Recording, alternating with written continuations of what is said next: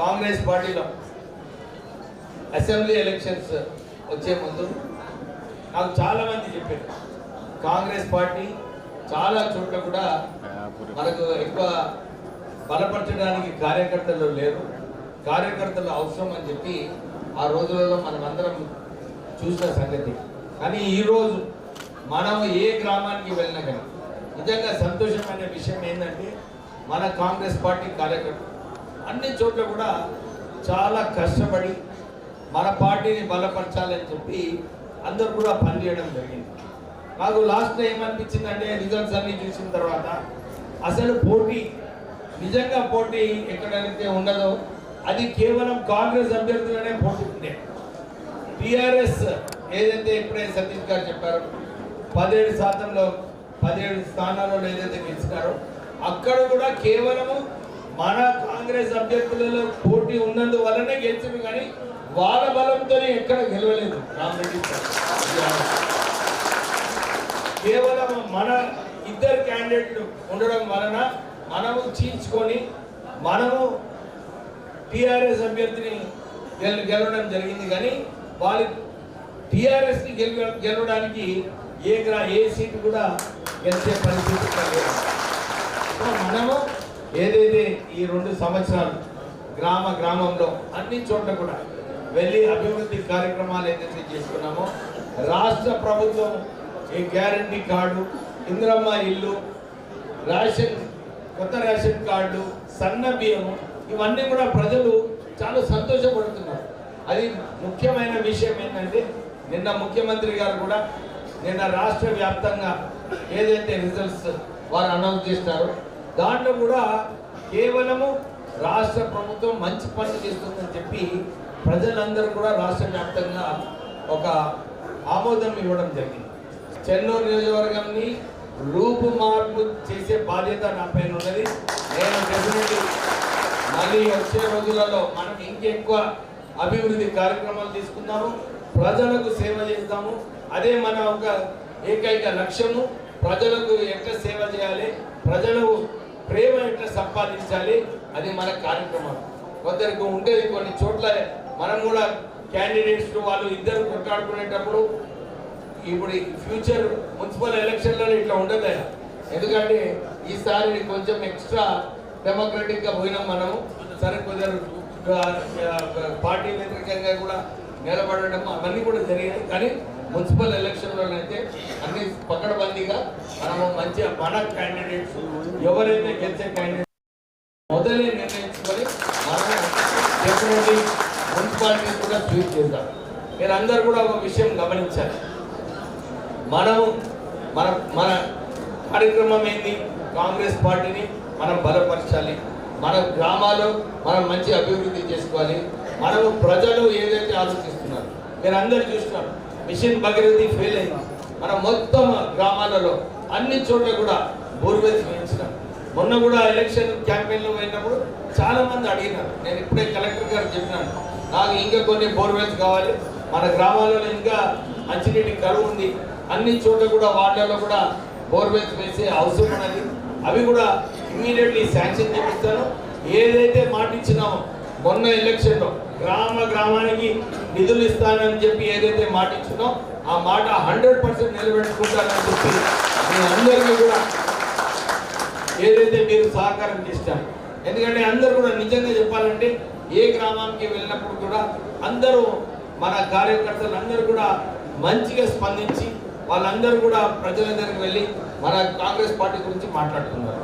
ఇంకొక విషయం, మన ఇద్దరు ఇప్పుడే చెప్పినట్టు మన మున్సిపాలిటీ నుంచి మన స్నేహితులందరూ కూడా వచ్చి వాళ్ళు కూడా చాలా మంచిగా కష్టపడ్డారు. అన్ని ఊర్లలో ఉండి మన కార్యక్రమాలు ఎట్లా ముందుకు తీసుకువెళ్ళాలి, ఏ విలేజ్లో మనం తీసుకున్నాము దాన్ని ఎట్లా సరిదిద్దుకోవాలని చెప్పి కూడా మన స్నేహితులందరూ కూడా వాళ్ళు పనిచేయడం జరిగింది. ప్రత్యేకంగా వాళ్ళందరికీ కూడా అభినందనలు చెప్తామని చెప్పి ఈ కార్యక్రమం ద్వారా చెప్పడం జరుగుతుంది. సో అందరూ కూడా ఇక్కడ కూడా అదే జోష్ ఉండాలి, మనకు అదే జోష్తో ముందుకు వెళ్ళాలి. ఎందుకంటే నేను ఇంతకుముందు కూడా చెప్పిన టీఆర్ఎస్ పార్టీ సంగతి ఏంటంటే నిన్న కూడా ముఖ్యమంత్రి గారు మాట్లాడేటప్పుడు ఇదే అన్నారు, ఈ రిజల్ట్స్ వలన ఏదైతే టీఆర్ఎస్ పార్టీ బలైంది ఇంత జరిగిందో ఇంకా వచ్చే రోజులలో ఇంకెక్కువ బలహీనత అవుతుంది. ఎందుకంటే ZP MPTC elections, municipal elections కూడా పరిస్థితులు ఎట్లే ఉంటుంది.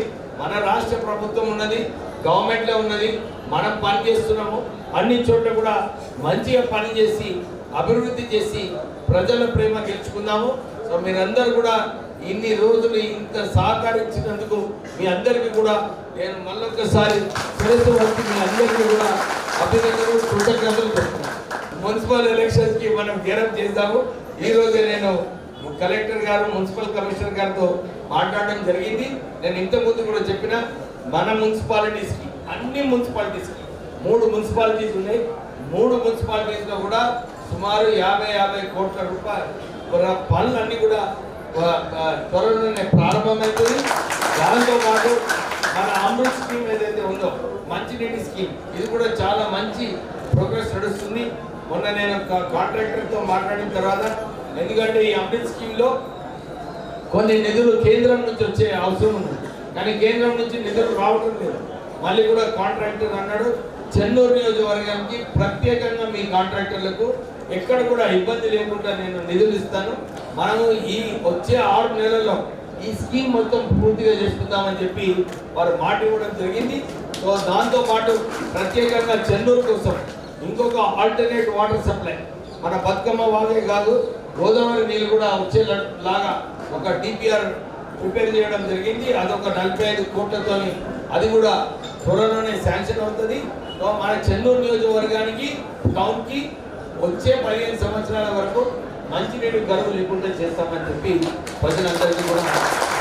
తర్వాత మనం మందమరి, కైతాన్పల్లి మీకు కూడా ఈ 2 మున్సిపాలిటీస్కి separate water pipe line proposals prepare చేయమని చెప్పినారు. ఆల్రెడీ వాళ్ళు ప్రిపేర్ చేస్తున్నారు. నేను ఎమ్మెల్యే అయినప్పుడు మీ అందరికీ కూడా అప్పుడు ఆ రోజులలో మాట ఇచ్చినాను, ఈ ప్రాంతంలో ఎక్కువ ఉద్యోగాలు కల్పించాలని చెప్పి.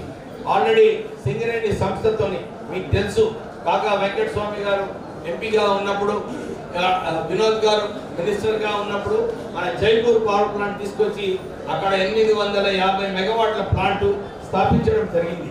కానీ ఇప్పుడు మళ్ళొకసారి రేవంత్ రెడ్డి గారు చెప్పి, పట్టి విక్రమార్క గారికి నచ్చజెప్పి మళ్ళీ ఇంకొక 850 మెగావాట్ల ప్లాంట్ శాంక్షన్ చేయించడం జరిగింది. త్వరలోనే వచ్చే నెల దాని భూమి పూజ చేసి పని ప్రారంభమైతే దాని ద్వారా సుమారు 5000 ఉద్యోగాలు మనకు వచ్చే అవకాశం. అంతేకాదు, మనం మీకు అందరూ తెలుసు, టిఆర్ఎస్ టైంలో ఇక్కడ ఈ ప్రాంతంలో బొగ్గు ఉన్నది. దీంట్లో టెండర్ వేయాలి. ఒకవైపు ఏమో టిఆర్ఎస్ పార్టీ బీజేపీ ప్రభుత్వంతో చేతులు కలిపి అక్కడ టెండర్ ప్రకారంగానే పోవాలని చెప్పి బిల్ పాస్ చేయించడం జరిగింది. కానీ ఇక్కడ కొత్త గనులు రావాలంటే వాళ్ళు అడ్డుకున్నారు. కానీ నేను ఎమ్మెల్యే అయిన తర్వాత నచ్చజెప్పి మనం టెండర్లో పార్టిసిపేట్ చేయాలి, మన చెన్నూరుకి ఒక బొగ్గు గని శాంక్షన్ చేయాలని చెప్పి కొట్లాడడం జరిగింది. ఒక బొగ్గు గని కూడా ఇక్కడ శాంక్షన్ అయింది. దాని వర్క్ డిపిఆర్ ప్రిపేర్ అవుతుంది. దాని తర్వాత దాని ద్వారా కూడా మనకు ఉద్యోగ అవకాశాలు కల్పించడం జరుగుతుంది. కానీ ఇది సరిపోదు. నేను లేబర్ మంత్రిగా ఉండి ఇక్కడ మన చెన్నూరు నియోజకవర్గం, ఎందుకంటే ఉద్యోగాలు రావాలంటే మంచిగా ట్రైనింగ్ కావాలి, స్కిల్ సెట్ రావాలి. ఇవి ఉంటేనే ఇక్కడ మన ప్లాంట్లలో తీసుకుంటారు. సో మన చెన్నూరు నియోజకవర్గానికి ఇక్కడనే మన 50 కోట్లతోని ఒక అడ్వాన్స్ ట్రైనింగ్ సెంటర్ కూడా శాంక్షన్ కావడం జరిగింది. అది త్వరలోనే వచ్చే నెల. మనం ఇప్పుడైతే ఎక్కడైతే అంబేద్కర్ భవన్ మనం ఎప్పుడు ప్రారంభం చేసినామో దాని పక్కనే ల్యాండ్ ఆల్రెడీ ఒక 1 ఏకర్ కలెక్టర్ గారు శాంక్షన్ చేస్తున్నారు. దాంట్లో 50 కోట్లతోని ఒక మంచి అడ్వాన్స్ ట్రైనింగ్ సెంటర్ అక్కడ ఈ సంవత్సరం మనం స్థాపించుకొని మన పిల్లలందరూ కూడా మంచిగా అక్కడ ట్రైనింగ్ అయ్యి ఉద్యోగ అవకాశాలకు ప్రయత్నం చేయడానికి ఈ సంస్థ ప్రారంభం చేయడం జరుగుతుంది. అంతేకాక ఈ అడ్వాన్స్ ట్రైనింగ్ సెంటర్లో మన పిల్లలు మంచి కొత్త ఉద్యోగాలు ఏదైతే అవసరమో వారికి ట్రైనింగ్ చేయించి వారికి కొత్త ఉద్యోగాలు ఎక్కడున్నా కానీ మంచి ఉద్యోగాలు కల్పించేలాగా మనం ప్రయత్నం చేస్తాం. ఇంకొకటి మీకు అందరూ తెలుసు, నేను లేబర్ మంత్రిగా టామ్కామ్ అని ఒక సంస్థ ఉన్నది. అక్కడ ఆ టామ్కామ్ సంస్థలో చాలా మందిని బయట దేశాలను కూడా పంపించే అవకాశాలు కల్పించడానికి పనిచేస్తున్నాను. ఇక్కడ నుంచి మన ప్రాంతం నుంచి ఎవరైతే ఇంట్రెస్టెడ్ ఉన్నారో, బయటికి పోవడానికి పనిచేయడానికి ఇంట్రెస్ట్ ఉన్నారో నా దగ్గరికి వస్తే కొందరికి అవకాశాలు కల్పించడానికి నేను ప్రయత్నం చేస్తాను. టీఆర్ఎస్ మాత్రం అక్కడక్కడ గెలుచుకొని వాళ్ళ సంబరాలు చేసుకుంటున్నారు. వాళ్ళది ఎట్లుందంటే పరిస్థితి, టీఆర్ఎస్ వాళ్ళ పరిస్థితి ఎట్లుందంటే ఇవాళ మందికి పుట్టిన బిడ్డను ఎత్తుకొని నా బిడ్డ అని ముద్దాడినట్టు ఉన్నది టీఆర్ఎస్ పరిస్థితి. ఇవాళ మన దగ్గర గెలిస్తే మన కాంగ్రెస్ పార్టీ తరఫు నుంచి మరి వివేక్ వెంకట స్వామి గారి ద్వారా గ్రామం లోపల అభివృద్ధి చేసినటువంటి వ్యక్తి గెలిస్తే ఇవాళ టీఆర్ఎస్ గెలిచిందని చెప్పుకునే పరిస్థితి ఇవాళ వాళ్ళకి దాపరించింది. దయచేసి ఇవాళ గెలిచినటువంటి సర్పంచులందరూ కూడా మీ మీ గ్రామం లోపల కొన్ని పరిస్థితుల వల్ల మళ్ళీ రివర్గా పోటీ చేసిన వాళ్ళని కూడా మరి డిసిసి అధ్యక్షులు గౌరవ మంత్రివర్యుల సమక్షం లోపల కూర్చొని మనం ఇవాళ మాట్లాడుకోవాల్సినటువంటి అవసరం ఉందని చెప్పి కూడా ఈ సందర్భంగా మేము మనవి చేస్తున్నాం. ఎందుకంటే రాబోయే రోజులలో కూడా మళ్ళీ సింబల్ మీద జరిగే ఎన్నికలు రాబోతున్నాయి కనుక ఇవాళ మన పార్టీని స్ట్రెంథెన్ చేసుకోవడానికి, అదేవిధంగా గౌరవ మంత్రివర్యులను వారి చేతులను స్ట్రెంథెన్ చేసుకోవడానికి ఇవాళ రాబోయే సింబల్ మీద జరిగే ఎన్నికలు, ప్రీపౌర్ణమి మీద జరిగే ఎన్నికలు వాటికి ఒక లెక్క ఉంటుంది కనుక ఎటువంటి అటు చెప్పుకునేందుకు ఉండదు కనుక ఆ ఎన్నికల కోసం మనం అందరూ కూడా సమాయత్తం కావాల్సిందిగా మీ అందరికి కూడా మనవి చేసుకుంటూ, మరి గ్రామం లోపల మేము క్యాంపెయిన్ చేసినటువంటి సందర్భం లోపల ఎక్కడ కూడా కాంగ్రెస్ పార్టీ పట్ల విముఖత లేదు. ఎందుకంటే నాతో పాటు నాకు ఇన్ఛార్జ్గా వచ్చినటువంటి గుడ్డ రమేష్ నాతోనే ఉంటే, తర్వాత దుర్గం నరేష్ కూడా నాతోనే ఉంటే, ఒక 4 గ్రామ పంచాయతీలు మా మంత్రి గారు నాకు అప్పచెప్పడం జరిగింది. కోటపల్లి, పంగిడి సోమవారం, బొప్పారం, ఎడగట్ట 4 గ్రామ పంచాయతీలు అప్పచెప్పడం జరిగింది. 4 కూడా ఇవాళ కాంగ్రెస్ పార్టీ అభ్యర్థులు రావడం జరిగింది.